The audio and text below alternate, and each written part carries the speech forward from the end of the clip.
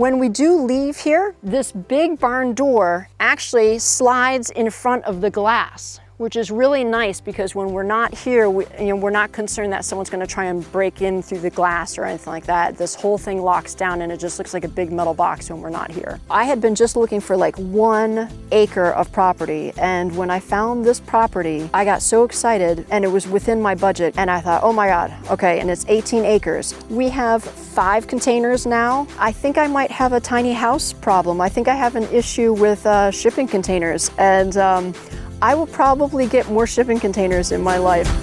Will you join me? Will you roll? Make this house our tiny home.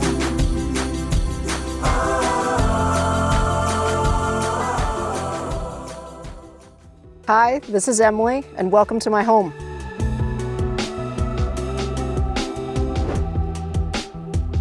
I live here with my wife, and we have 2 cats.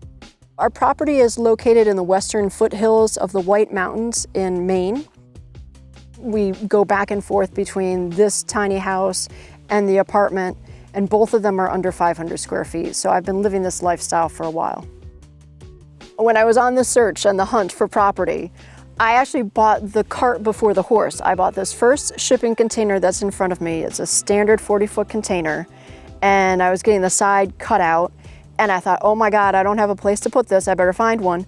So I had been just looking for like 1 acre of property. And when I found this property, I got so excited, and it was within my budget because it was $33,000. And I thought, oh my God, okay, and it's 18 acres. So I went in and I was like, okay, let's try for it. We have 5 containers now. Square footage wise, this first container is about 300 square feet. And then upstairs, where we have the other bedroom, is about 150 square feet. I'm a personal trainer. I don't have any trades or skills. I just had the desire and the passion to try to repurpose things, and I got into shipping containers. I am doing this all myself, and when I am not able to do something, then I have to go out and almost be like a contractor to try and find someone to do something for me. But primarily this has been my vision. It's been a really cool challenge because it has taught me so much about being very patient, and also made me realize that I can actually do it even though I don't know. I don't have a professional skill in the trades, but I'm getting things done. So this is the outdoor space of our main container. So this is a 40-foot container, standard height. This is the first container that we started with. When we do leave here, this big barn door actually slides in front of the glass. When we're not here, we're not concerned that someone's gonna try and break in through the glass or anything like that. This whole thing locks down and it just looks like a big metal box when we're not here. All right, come on in, let me show you my place. So this is the first container that we purchased, and we did all the insulation with spray foam insulation, very green, environmentally friendly spray foam. And then we got these nice wood panels that were locally sourced here. So we have a California King here. My wife is very long and tall, so we wanted to make sure she had a lot of space.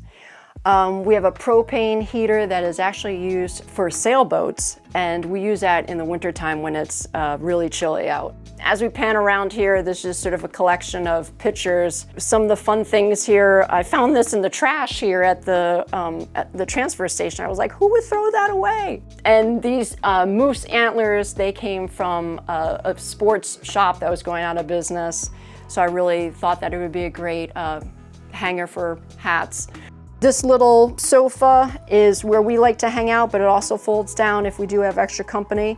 But upstairs we do have a whole nother area that is primarily for guests to stay. So as we pan over here, this is our wood stove, and this is our primary source of heat.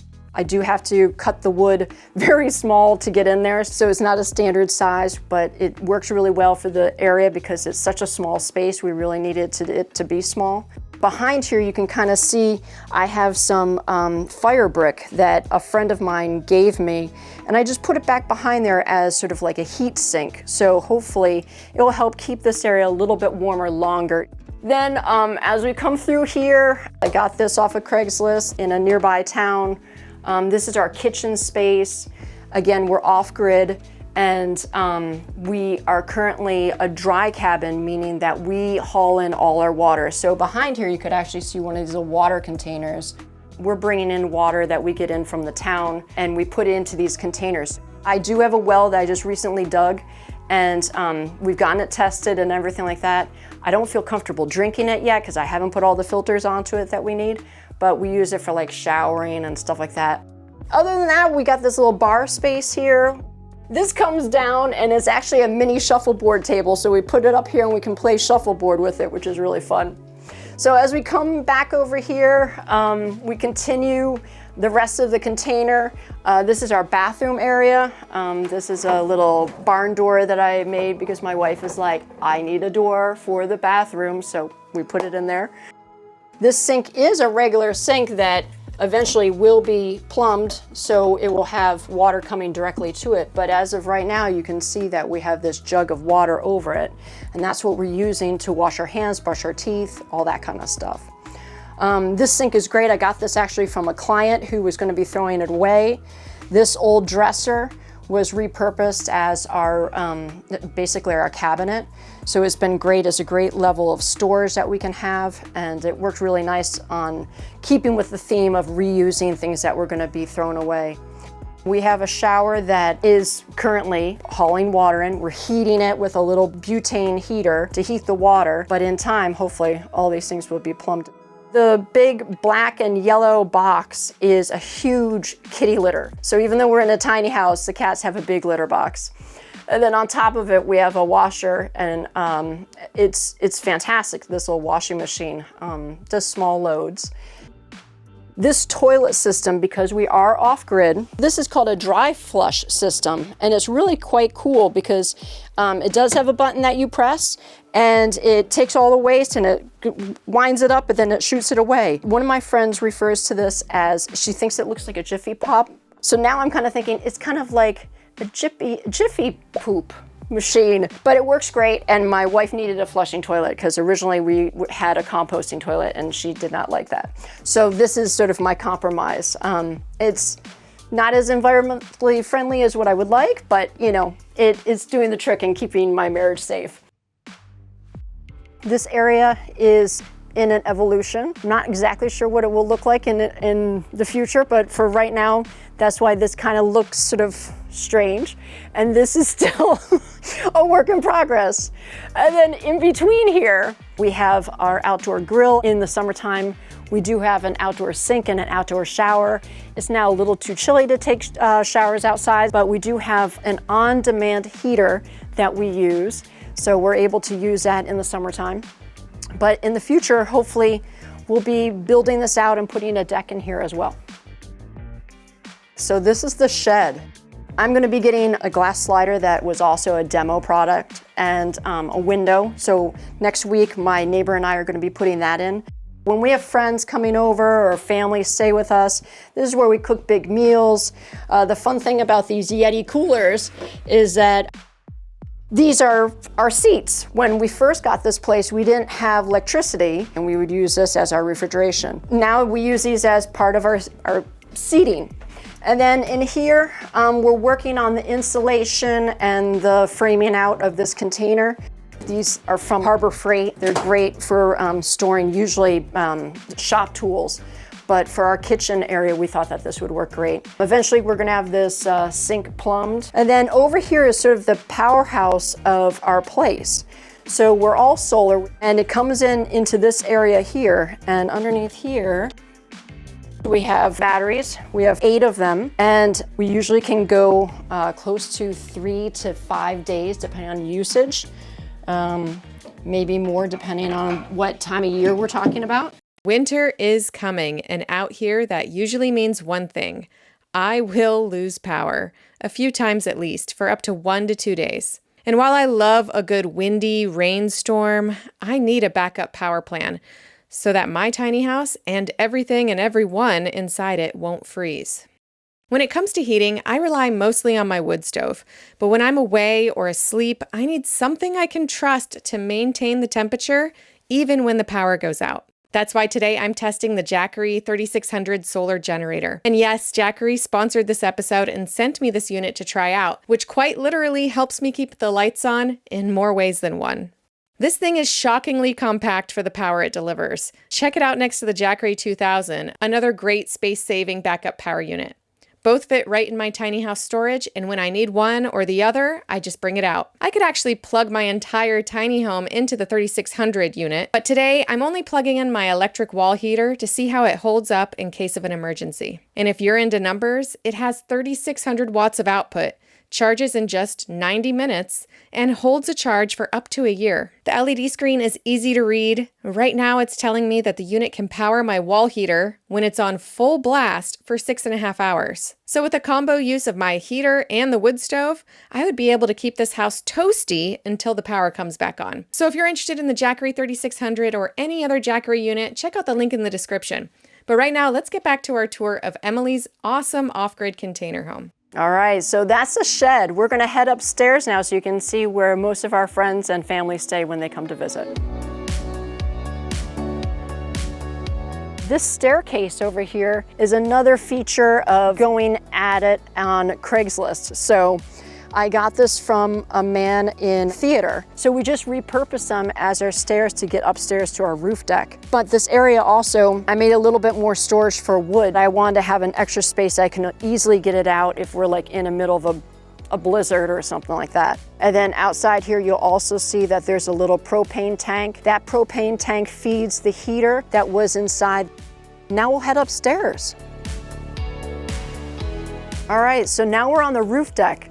I put down this composite decking to help just make some more space. When we were getting this second container moved on top of the bottom container that it's on, I was like, I am not lifting this gas propane outdoor heater. So we took this heater and we put it inside of the container to move it on top because this thing is so heavy. I wasn't going to try and move it, but this is nice to help heat up upstairs because it's really hard to try and bring up wood in the wintertime all the way up here. There's just really no good place to do it, so we had to go with another heating element. So that's why I decided to go with propane.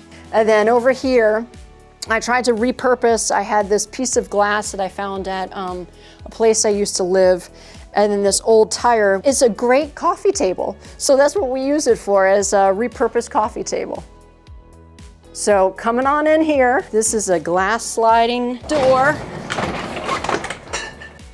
So this is the bunkhouse. Our friends and family stay here. We have a queen size bed, a twin bunk bed, also a little twin bed, and heating if they need some heating when they come stay, a little cooktop. And then as we come around the corner, this is the bathroom space. So in here we have another dry flush toilet. And then same type of thing with the sink. So the sink has a little water jug above it, and then underneath it, so you can kind of see this a little bit easier, it just drains into a 5-gallon bucket and then we just toss it outside. All the soaps and everything that we use here are all really very environmentally friendly. So that's one key thing that I'm all about. Then this door leads out to the balcony.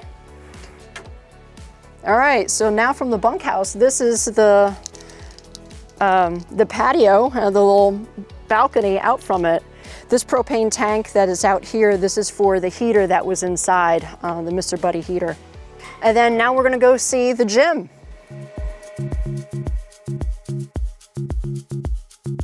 All right, so this container is our gym. All the gym equipment was stuff that I purchased during the pandemic because I wasn't sure how I was going to be doing my business because I'm a personal trainer. And now subsequently, we use it as our own gym. And then in the back here, my wife is a rower, so I tried to lure her in with getting her a rowing machine, so she works out on that. And then the rest of the space back here is just for our tools and storage. One thing I have to say about having a homestead and doing most of the projects on my own is that you gotta have a tool for it. So that's what this whole storage area is. This area also has our batteries and our inverter for the solar that runs this container and the container that is our garage. Now let's take you over to the garage.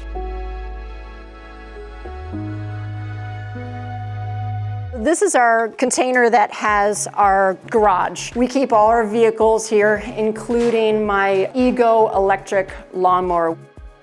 These windows and glass are for the project that we saw in the shed. So these will be used to help finish out the framing and the insulating of the shipping container that was sort of our kitchen space. We do sit on 18 acres, so we're gonna go and see that as well. So come on. So over here, we have the garden area. We get good light here in the summertime. I am a really brown-thumbed person, and I'm trying really hard to be a green thumb, and this year was the first year that I tried to make a garden. And then this funny area over here is eventually gonna be asparagus. It's baby asparagus right now. We're working on trying to do a lot of things that are in tune with nature and working with nature. This container in this area is where we have the solar. We have 4K of solar that's coming into the shipping container. Upstairs, that was originally a refrigerated unit, and it sits on top of another 20-foot container that was a standard 20-foot container. We do have Starlink. That has been a godsend for this area since we do work online. Because we're rural, it's really hard to get a lot of internet any other way, so this way is working pretty well for us.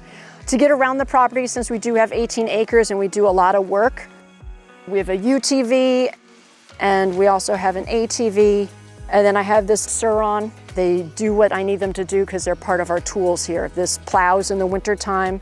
This gets tracks on it in the wintertime, so we can still be able to get around in the wintertime.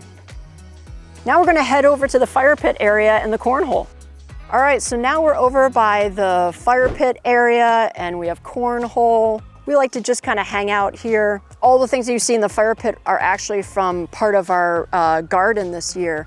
We had corn for the first time. We were doing a three-sister garden, which involves corn, squash, and beans, which is an indigenous practice. So we were trying to take learning from those practices.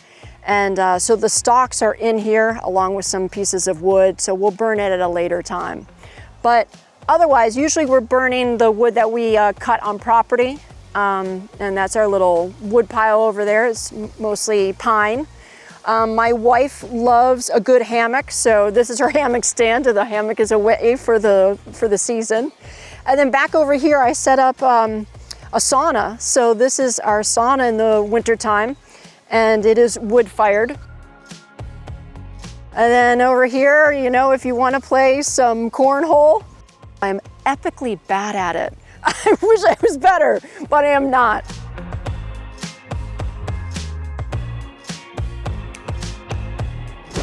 All right, we just took the UTV down so we would be able to see the river. And we have this nice deck that's set up here for right now. And we get to look out right to the river, which is a fly fishing only river, which I really enjoy. I'm trying to learn how to do fly fishing. I need a lot of practice. So come on down here, we'll go see it.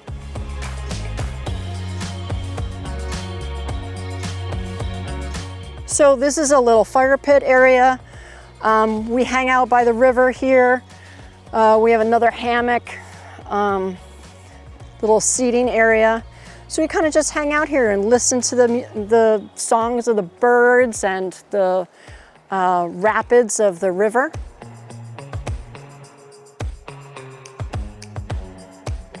So over in this area is where we store our kayaks and stand-up paddle boards and all that stuff.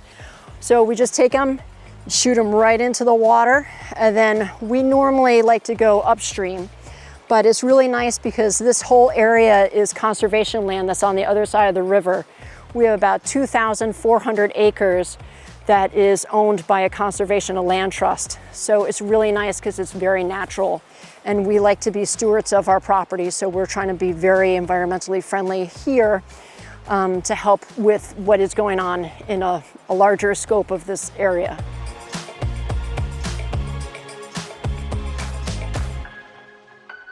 So my future plans for this home, are, it's always going through an evolution. I think I might have a tiny house problem. I think I have an issue with shipping containers, and I will probably get more shipping containers in my life.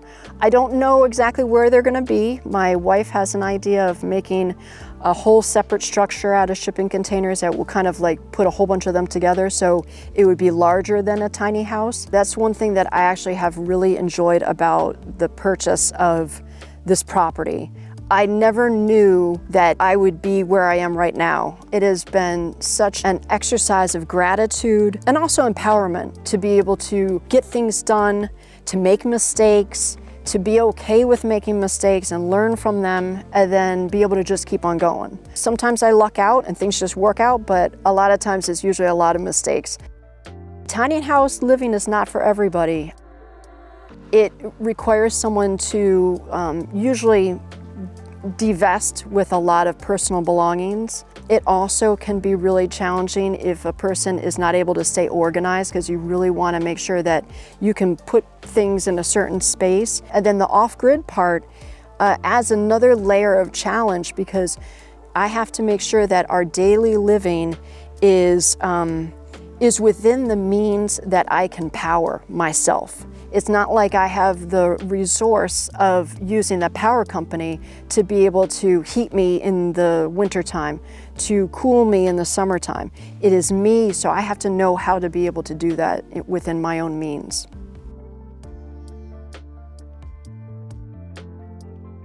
If you like this week's episode, please make sure to like, share, and subscribe, and check back soon because we have new unique home tours publishing all the time. And if you'd like to join our team and get access to members-only content and unique perks, make sure you click on the join button below.